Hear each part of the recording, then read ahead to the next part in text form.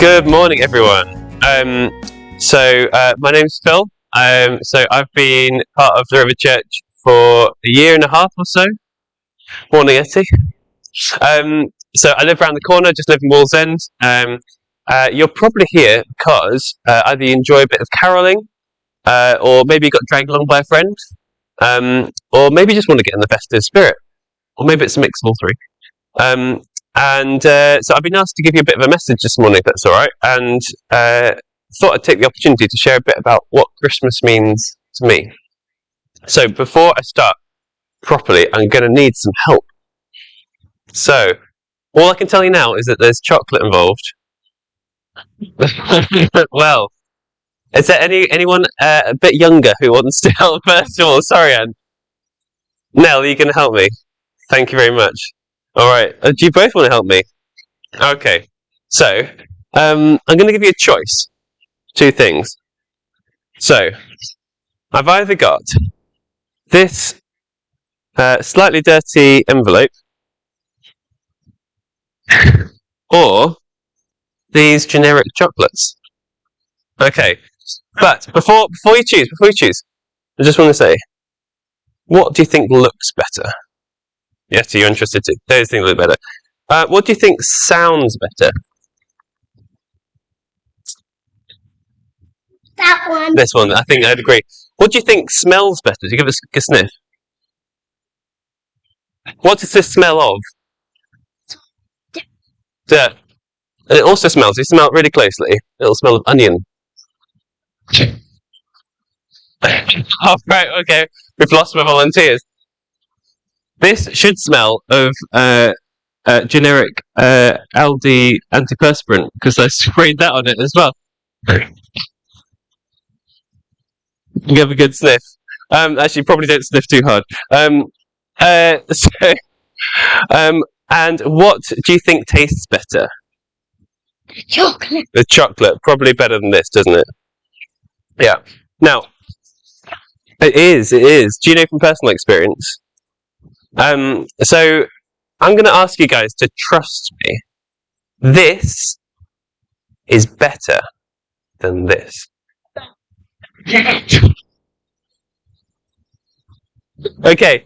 Honestly, guys, I recommend that you choose this. Honestly, choose this. Okay. Which you just have to trust me. Just trust me. Okay. No? Okay. So which are you going to choose? You're going to choose this. Are you sure? Okay, that's fine. We did plan for this eventuality. So, okay, that's fine. Do you know what? You guys can share that amongst yourselves. That's totally fine. So, feel free to sit down. You can share with those as well. So, I'm actually going to open the envelope. Oh, there's paper in it. Okay, do you still think you made the right choice? Okay. So what's this say? I think it might be a Bible verse from Second Hesitations. That's not a real part of the Bible. But it says, can anyone read this for me?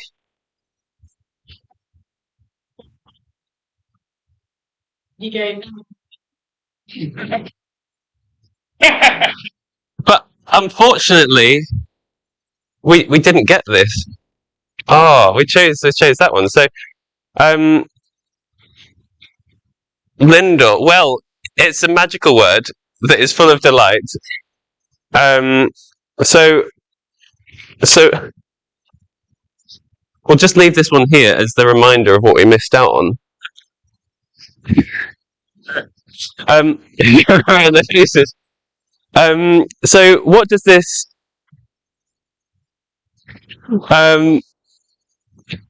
So what does this overly elaborate metaphor have to do with a baby, some shepherds, a donkey, a stable, and as many primary schools would have it, 3 lobsters and an octopus? So what does this have to do with the Christmas message? I think we can all agree that there's injustice in the world and that we need help. We hurt each other and we hurt ourselves. Can you think of any time that you said something you didn't mean? Or has anyone else done something that has made you feel sad? Sometimes the world isn't fair, and we feel this too. And we can see that in wars and damage to our climate, when our actions reduce the value of other people, but also in our communities, in our workplaces, and sometimes in our families and friendships. We can see the same mess play out every day when people are taken advantage of or targeted or hurt. Even in my own life, I need help. I've got really high expectations of myself that I miss every single day. And I've made mistakes, I make selfish choices, and it hurts people. And I don't know if is there anyone here who can honestly say that they aren't in the same boat? I think we all need someone to help us and help someone to heal us. So let me ask you a question. Let's assume for a moment that there's a God who is just as, if not more, aware of our mess than we are and wants to fix it. After all, a God who doesn't see all our problems or doesn't really want to do something about it probably isn't worth talking about anyway. So, if this God exists, how would you expect him to come? Baby. You jumped my point. Well, I was thinking, actually, honestly, thinking about it, how would you expect him to introduce himself or fix our mess? Surely, actually, if you think about it, what probably makes most sense to us, I don't even catch that. I sound like an octonaut or something. So surely he'd come to London, maybe visit Buckingham Palace, casually let King Charles know that he's been demoted while God gets our affairs in order. Maybe get chauffeured across London to the Houses of Parliament to sort things out. Perhaps he'd step off a private jumbo jet with bodyguards and aides and a special ID telling everyone exactly who he was, proving beyond doubt that he is actually God. Or maybe he'd go to Oxford and Cambridge, where the most clever and leading academics are, and he'd show them all sorts of incredible discoveries and ideas and solutions to problems that makes all the mess go away. All those things kind of make sense, don't they? There's two problems with that picture. The first is, what does that tell us about God? Well, it probably tells us that he's most interested in the most influential people. It tells us that he's most interested in the wealthy, in those with power and influence, and who everyone sort of respects.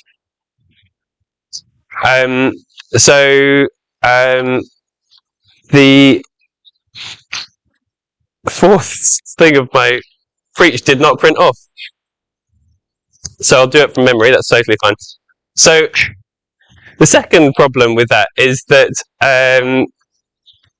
really gone. 1 second.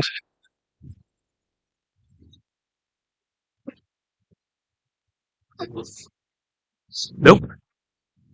So the second problem with that is that it tells us that he's sorry, I've slightly lost my place. Most interesting move.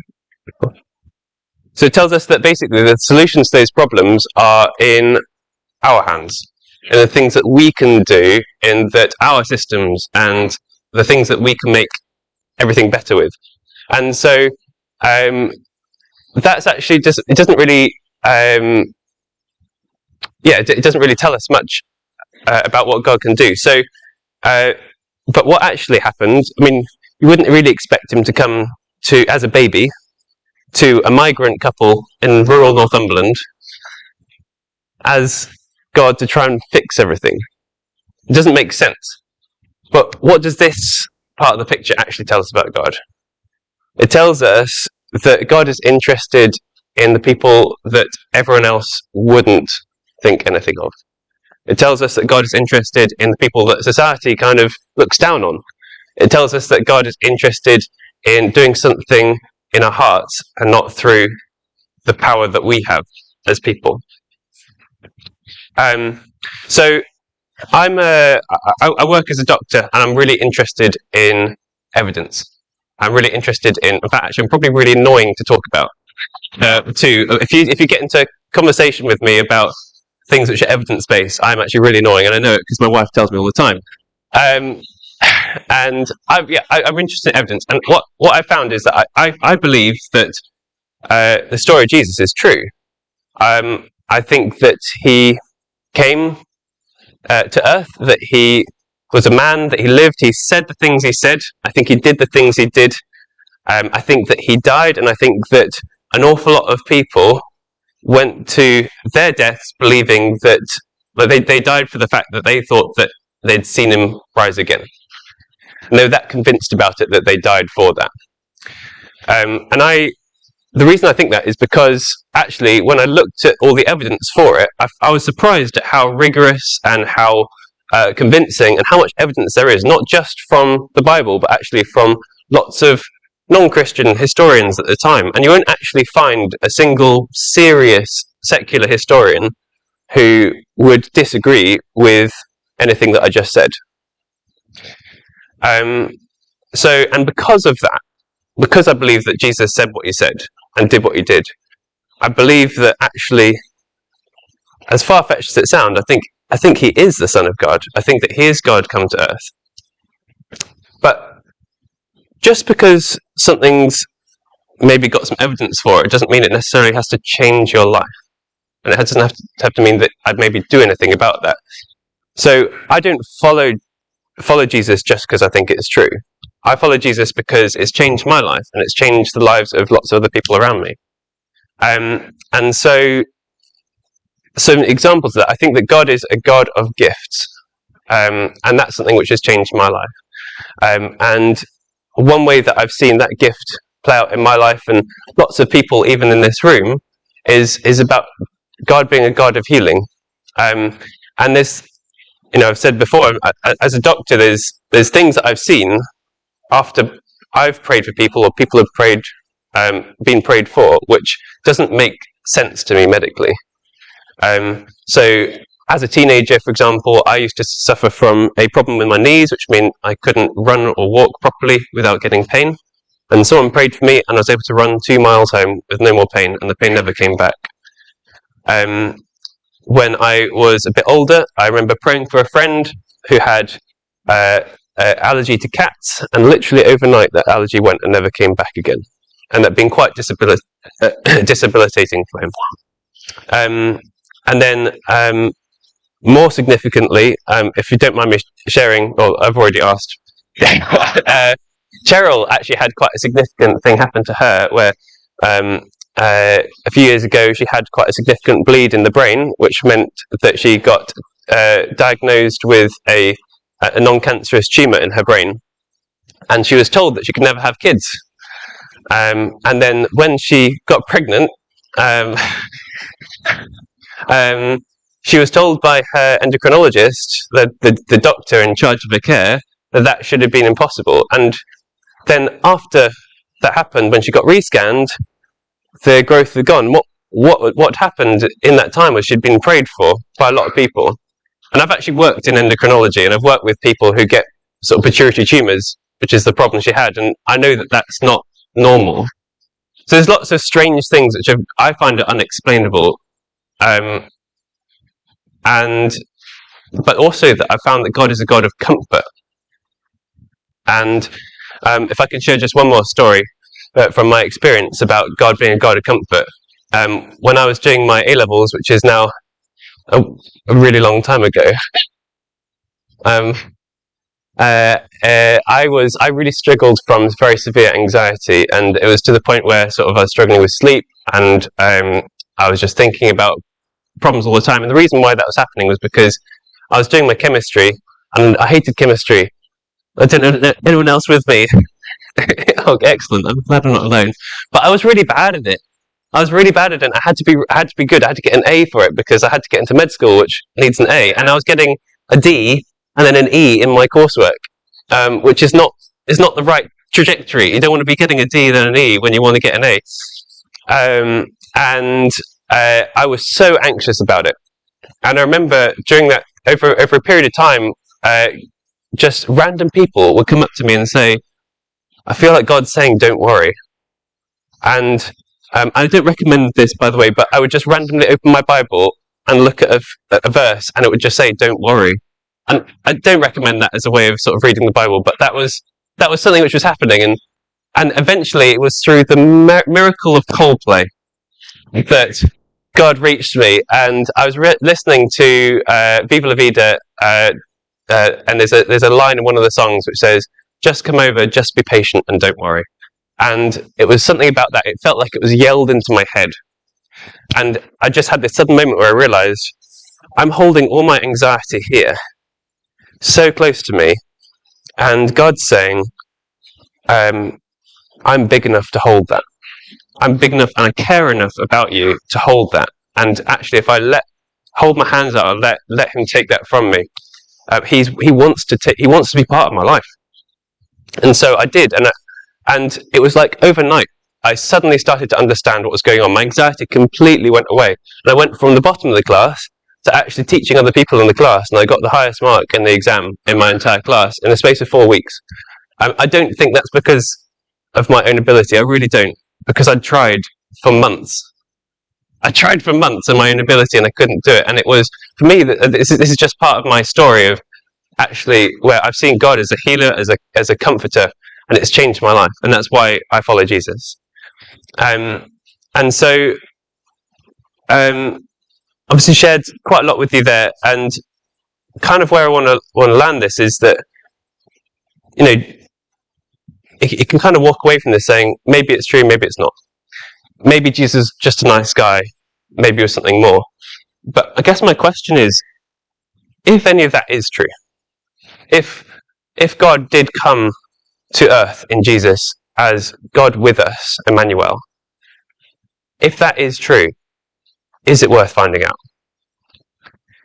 And I guess sort of, if you're interested, you can chat to anyone who you've seen do anything this morning. I'm sure they'd be keen to tell you about sort of how God's been real to them. But also, if you're interested, we've got another gift this morning. We've got 2 gifts for you this morning, because I mentioned that God is God of gifts. The first one is on theme, a book called The Gift, which is only 59 pages long, 4 chapters, and it just tells you a bit about who God is. And that's available for everyone. But also, because God is a God of gifts, there is free Lindor for everyone. And this is the biggest bag of Lindor I could find. It's 1 kilogram. And I'd love you to help yourselves. And I don't know how I'm going to get into it. There we go. So you didn't make the wrong choice after all, because even though you choose something else, Lindor chose you. So do you want to hand these out? And then yeah. But thank you so much for listening, guys, and have a great rest of your morning.